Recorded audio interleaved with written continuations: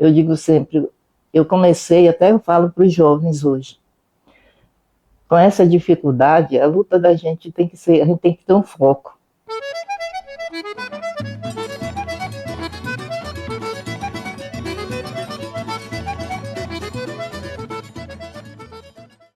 Por isso é que eu valorizo a família. Minha família é semi-analfabeta. Meu pai escrevia bem, era até eu tinha um paleógrafo, que eu não sei por que eu não guardei até. E o paleógrafo era um manuscrito, né? Que a gente utilizava para aprender a escrever. A letra do meu pai era linda, né? Minha mãe lia muito bem, mas não sabia escrever quase. Mas os dois se davam muito bem. Meu pai era muito trabalhador na roça. O que admirava do meu pai era que todo mundo respeitava ele, como um homem trabalhador. Até o dono das terras ia lá para casa, tomar café, fazer uma merenda. Eles tinham duas moças, era a Itelvina e a outra, não me lembro o nome, que iam lá para casa, gostavam da mamãe. A mamãe gostava muito, era muito acolhedora. O papai era mais calado. À noite, juntava os vizinhos, que não era tanto vizinho, aquelas pessoas mais próximas, para ir trabalhar lá no terreiro, lá de casa, era o que eu via. E meu pai contando a história de Trancoso. Nasci nos Almadas, deixa eu ver de onde é que ele fica. É o município de Caxias, Almadas. Deixa eu ver, município. Deve ser. E foi em 1940, 34. Eu sou de 34. 44 eu fui para a cidade. Tá vendo? Até 9 anos e meio. 9 anos e meio eu vim para a cidade para estudar. Mas antes de estudar, eu já tive contato, que meu irmão, que era mais próximo de mim, ele estudava no. Teve uma senhora que tinha outro terreno lá, o pai dela, seu Zeca Fraga, é dos Fraga lá de Caxias, família tradicional. Aí ela tinha uma professora, ela foi trabalhar numa escolinha no interior, e ela pediu a mamãe para mandar o meu irmão para ficar com ela, né? Aí ele foi para lá com ela. Estudava, quando ele chegava aqui, contava as histórias, e eu ia escutando, ia vendo, ia. Então a carta de ABC quase toda eu estudei em casa, aprendendo, cantando. A, B, C, D. Por exemplo, eu falei que eu tinha vindo do interior com 9 anos e meio, vim para a cidade, Caxias, para estudar. E fiquei ali, fui para a primeira a escola que disse que era afamada, de lá, afamada. Olha, porque em todo lugar, né, a gente tem aquelas pessoas que fazem o seu nome. Isso não é da agora, não, é de todo o tempo. E terminando esse período, como eu falei lá, fiz o meu estudo, conheci outra professora que foi minha professora também, fui morar na casa dela, ajudando, trabalhando, tá entendendo? Que ela tinha perdido a mãe dela, Dorinha Vasconcelos. A luta da gente era muito grande para a gente poder estudar fora de casa, do interior e tudo, os pais não moravam ali, e ela estava só. E aí eu fui. E aí eu fiz meu conhecimento ali, né? Porque eu já comecei ajudando ela a tomar conta dos alunos dela. E trabalhava lá com eles, aula particular. Quando ela foi para o Rio de Janeiro morar, porque tem irmão que morava lá, e eu fiquei. Mas aí eu já fiquei conhecida. Já. Eu tinha meus 17, estava começando a ir fazer o. Naquele tempo era ginásio que a gente fazia o ginásio e fazia. Depois do ginásio ia para o segundo grau, né? O ensino médio. Aí depois era que ia para a faculdade. Quando eu fui para a escola, eu já tinha mais ou menos essa base de conhecimento, mesmo que eu não conhecesse as letras tudo ainda. E a maior vergonha que eu passei, olha, veja, como é importante a infância da gente e a família. Papai disse assim, comprou um romance do Cantão de Fogo. Aí quando foi de noite, ela disse, minha filha, vem ler esse romance. Eu ainda não sabia ler direito, foi o primeiro ano que eu passei lá. Aí eu comecei a ler, comecei a gaguejar.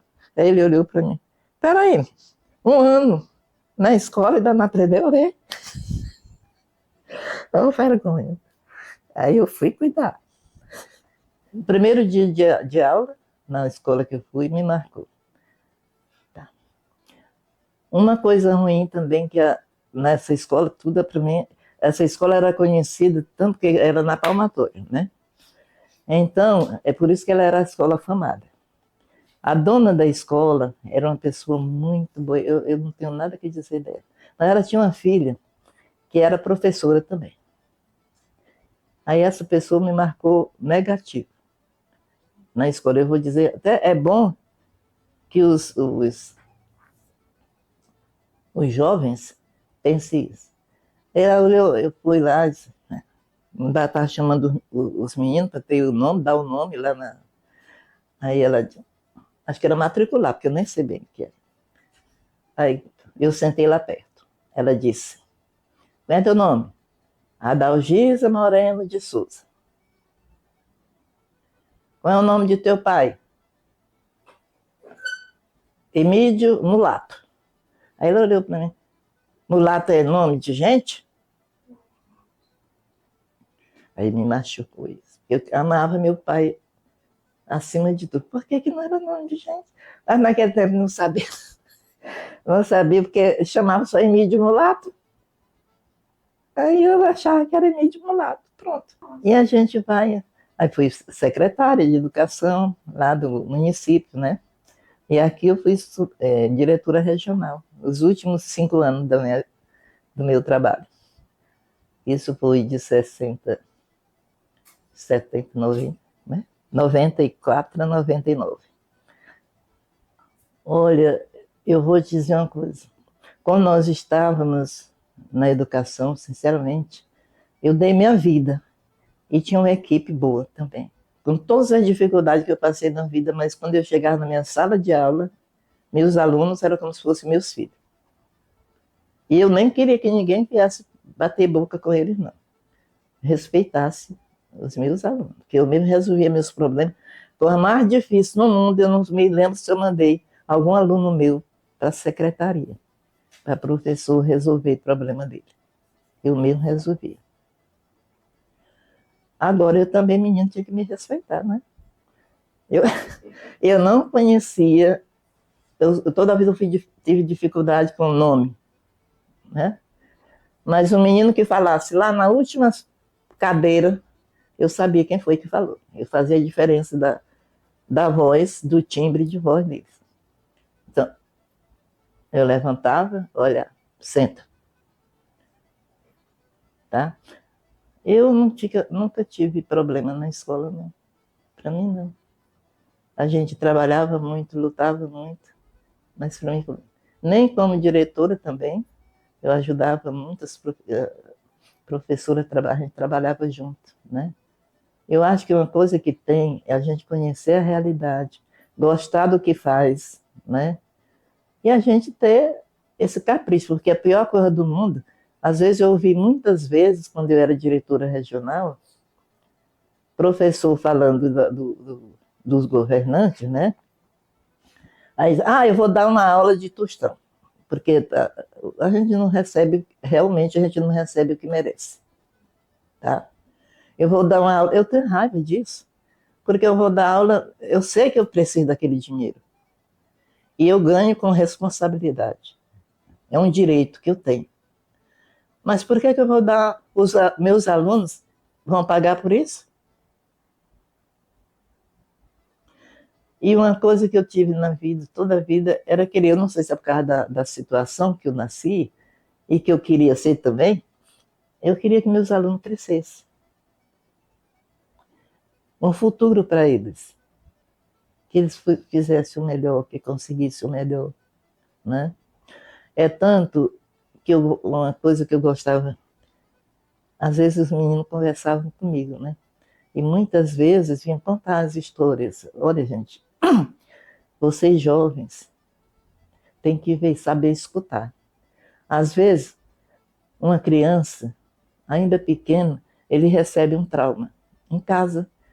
Às vezes não é nem por causa que o pai ou a mãe fez foi assim, foi mal. Não. Às vezes é porque a mãe vai cuidar mais daquele outro que está mais necessitando. Tem mais dificuldade. Mas aí vem o ciúme. Viu? E esse ciúme aí na família toda. Tem gente que, tem meninos que em casa ele não tem jeito de conversar com os pais. Se ele achar um jeito, uma pessoa que sabe escutar, é bom. Quantas vezes eu escutei, meu Deus do céu, a história que a mãe nunca teve conhecimento de um filho. Muitas vezes eu escutei. E ainda aconteceu uma coisa ruim comigo no começo também. Assim ainda, eu estava trabalhando nessa escola técnica.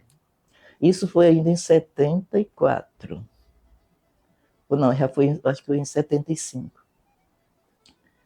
Um menino, um rapazinho até. Eu saí porque essa escola técnica recebia 90 alunos na sala de aula. Eu fazia 4 tipos de provas, isso é só besteira, mas fazia 4 tipos de prova diferentes. Porque esse aqui era uma prova, esse aqui era outra, esse aqui era outra. Para ver se não colava, né? Mas Deus sabe, tô vendo. Aí um menino, de uma turma para outra, tocou a campa, e eu já mudando, correndo, e o menino disse assim: ô professora, eu queria falar com a senhora. Eu digo: ô meu filho, já tô indo para a sala, depois tu fala comigo. Aí não teve conta. E esse menino se matou, se suicidou. Então eu sempre guardei isso comigo. Eu sei que eu não fui culpada, mas ao mesmo tempo, se eu tivesse parado um pouquinho, escutado aquele menino, meu Deus. Aqui na escola técnica, Amaral Raposo. Então isso me ajudou muito a saber escutar. E também as pessoas, o jovem está aberto também para falar, porque a gente não fala se a gente não confia. Então, o setor da educação é muito difícil. Uma coisa que eu sentia muito, toda a vida eu trabalhei, e depois eu senti que isso foi faltando. A família precisa estar mais próximo da escola. Eu digo, eu não sei como é que estão fazendo agora, mas no meu tempo, a gente tinha que arrumar armadilha para poder segurar os pais para ir lá na escola, porque só iam quando era para cobrar, lá no final do ano, para o menino passar de ano. Mas para estudar, ninguém está nem aí. Está entendendo? O que é que eu fiz? Eu peguei, olha, professor, diretor, fiz a reunião com o diretor. Nós vamos fazer o seguinte, porque tinha lei, nós não podíamos passar por cima da lei, nem podia reprovar menino, nem, nem podia, que estava começando isso, né? Era recuperação, recuperação, né? Olha, vamos fazer o seguinte, nós não vamos passar menino sem saber. Menino tem que saber. Pois bem, então o que a gente vai fazer?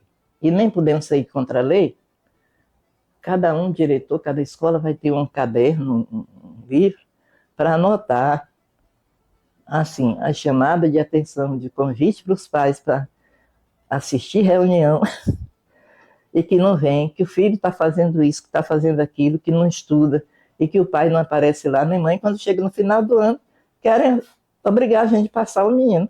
Ah, meu filho não sei o quê. Ah, meu filho não sei o quê. Quer dizer, durante o ano ele não pode, mas depois podia, né?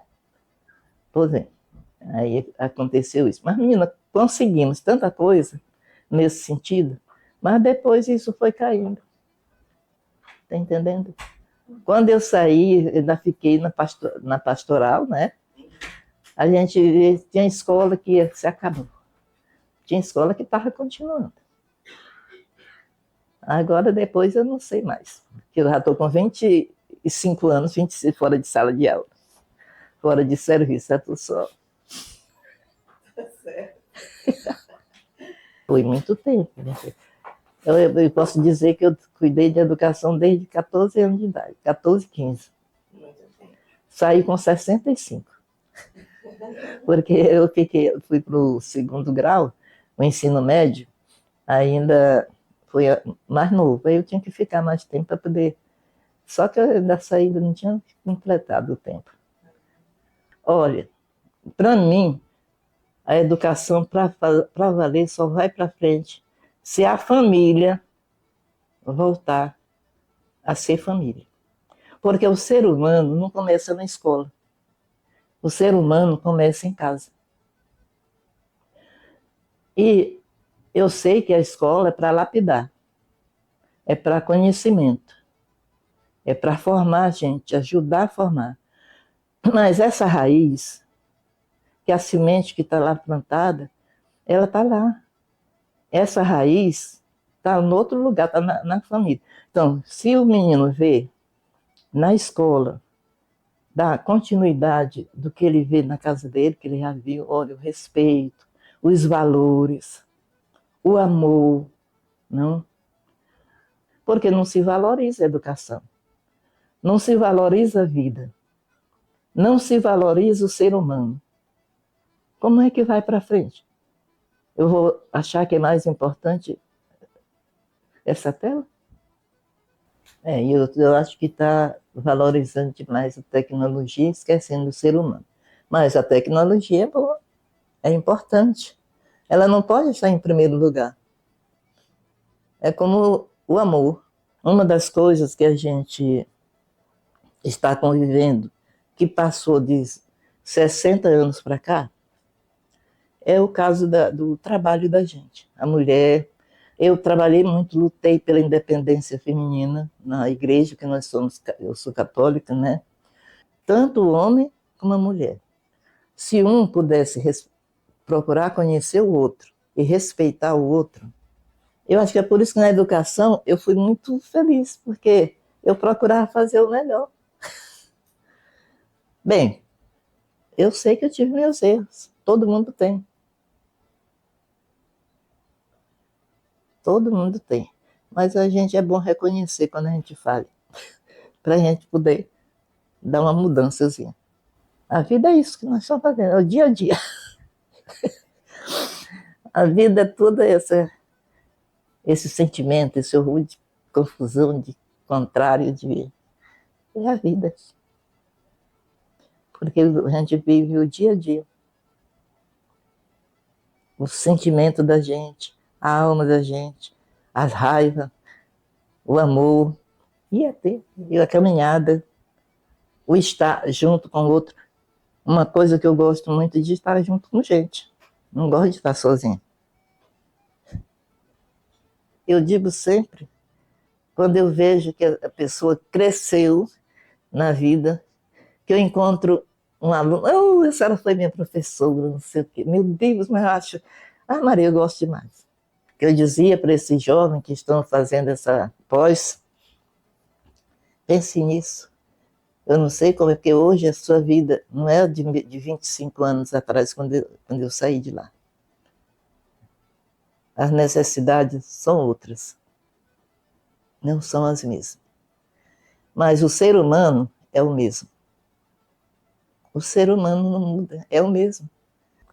Então, o que eu sinto realmente, o que me faz feliz é quando eu vejo um que cresceu.